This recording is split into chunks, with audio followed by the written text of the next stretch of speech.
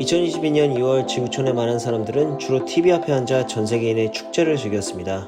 그러나 중국에서 개최된 이 전세계인의 축제는 그저 순수하게 스포츠만 즐기기에는 우리의 눈과 귀를 거슬리게 하는 것들이 많았는데요. 그렇습니다.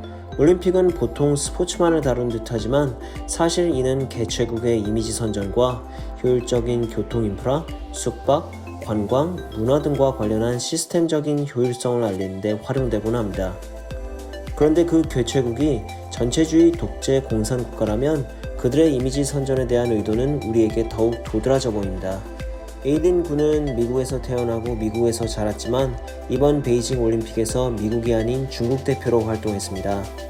중국인들은 월등한 실력으로 프리스타일 스키에서 금메달을 거머쥔 그녀에게 열광했습니다. 중국인 어머니를 두고 있는 그녀가 왜 굳이 본인이 이제까지 살아왔던 미국이 아닌 중국을 선택했는지는 그녀가 중국에서 각종 명품 브랜드 광고로 3천만 달러가 넘는 수익을 벌어들였다는 사실을 안다면 이해가 쉬울 듯합니다. 어쨌든 중국인들은 올림픽에서의 그녀의 존재와 성공을 중국의 자유진영에 대한 승리의 상징으로 해석한 듯합니다.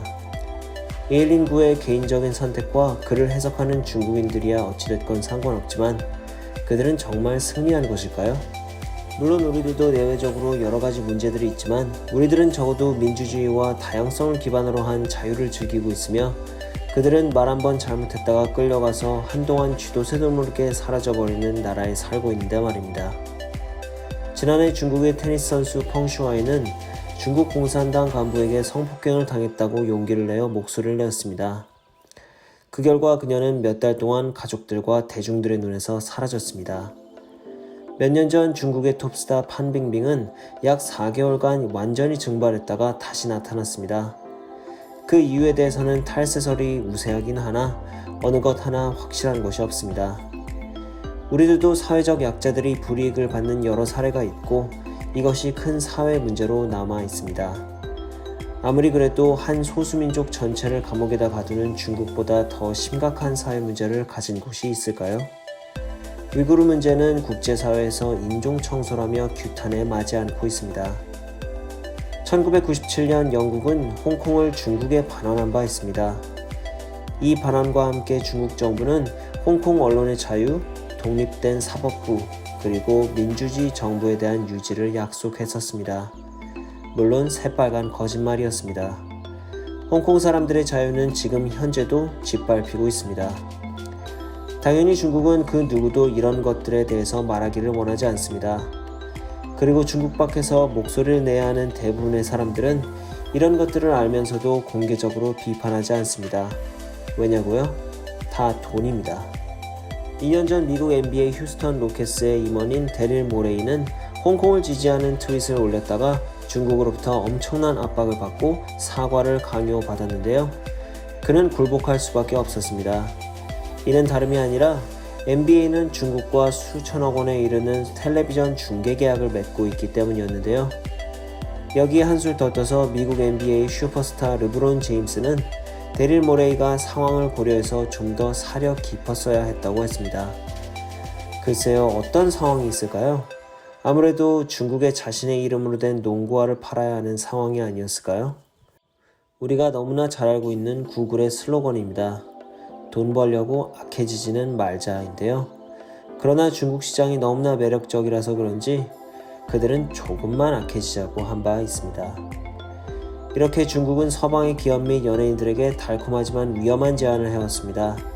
우리가 당신들에게 10수억의 소비자가 있는 시장을 개방해 줄 테니 힘없는 사람들에 대한 차별이나 위구르 민족 인종 청소 등에 대해서는 입을 닥치고 있어라는 것입니다. 우리에게는 BTS의 왕팬으로 잘 알려진 미국의 셀럽 존 시나는 이런 딜을 받아들인 것으로 보입니다. 그는 중국이 글로벌 박스 오피스 매출의 34%를 차지하고 있는 현재 이제 영화배우로서 새로운 길을 걸어가고 있는데요.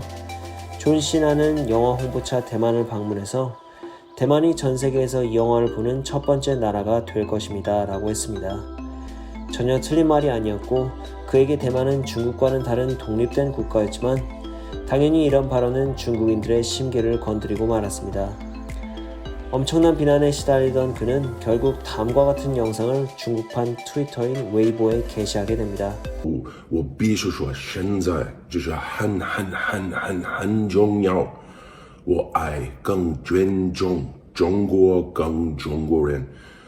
我很抱歉对我的错误。 드웨인 존슨과 함께 미국의 가장 강인하고 마초적인 이미지의 남성 중 하나가 그들의 언어로 이렇게까지 자신을 낮추고 사과하는 모습이 참 짠해 보이기까지 합니다. 이 일로 많은 미국인들은 자존심에 큰 상처를 입었다고 하는데요. 한 네티즌은 그가 친중국 인사가 되었다면서 마오쩌둥의 사진과 그의 사진을 합성해서 쫑시나라고 조롱하기도 했습니다.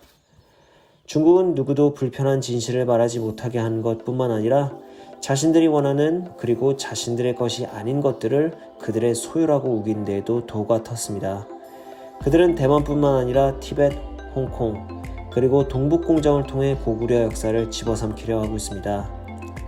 가장 최근에는 한복이 자기들 것이라고 우기까지 했습니다. 얼마 후에는 대한민국도 자기들 것이라고 우기지 않을까 우려스럽습니다.